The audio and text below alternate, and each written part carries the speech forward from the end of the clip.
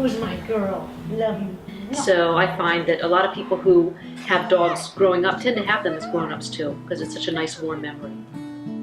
Well, you know, I had dogs growing up. When I was born, there was a dog in the house, Brownie, and then in 2nd grade, we got another dog, and I got to name him. His name was Happy. Birthday, Stanton, middle name Birthday. And he lived with us until I was in college. Hi. You ready? You ready to go for a walk? Let's go. Come on. I had some dogs after college, but then I didn't really get together with Muttville and have senior dogs until I stopped working, because I felt that working full-time, 8, 10, 12 hours a day wasn't fair to a dog. And dog walkers weren't as popular like in the 80s and 90s. So when I stopped working, that's when I said, let's get a dog, let's adopt an older dog. And then I've had 3 since. Carol, high five to you. All right. Get our old ladies out for a little walk. She's been asleep. This is Molly. She's a cockapoo. She's out of LA. She wants to get down. And she was given up in the summer of 2012 by someone who had her for 10 years. Here, sit. There you go. Good girl. And she languished in the shelter. She really wasn't going to come out, but Muttville did save her a day before she was scheduled to be, pleasantly, we call it euthanized, but basically killed.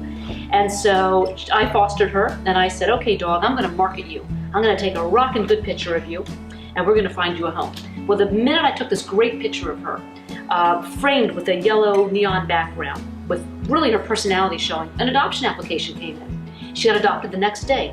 She lasted there for 1 week. They also had another dog, and they called a week later and said, no, she's not really working out. She needs to be the only dog in the house. And I thought, you know what? I'm going back and I'm going to keep that dog because she is really special. See the kitty cat?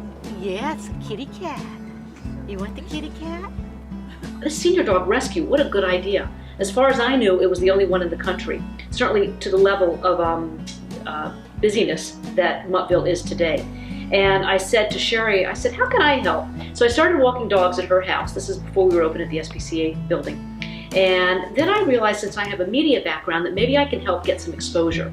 So I asked some friends in the radio business if they would have Sherry on as a guest on their radio show. And they had her on, and some dogs got adopted after that. And I thought, well, this is more where I can really contribute rather than just walking dogs. There's lots of people to walk dogs. So now, 4.5, 5 years later, I'm on the board of directors, and I kind of help with media and outreach PR. And so, you know, we've been on television, radio, newspaper, some magazines. I don't give myself credit for all that, but the more the word can be spread out about the worthiness of these fabulous dogs that come with manners and gratefulness, the more dogs will be adopted.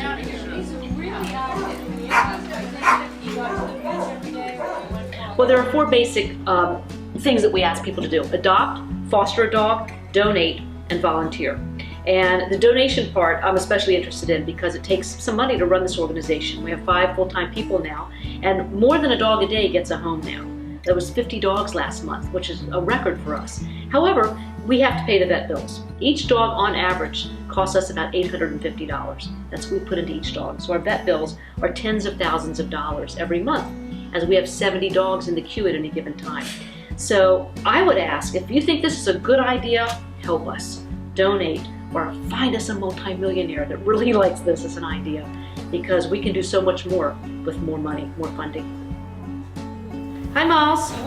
You happy? Kiss? Yes. Oh, that was wet.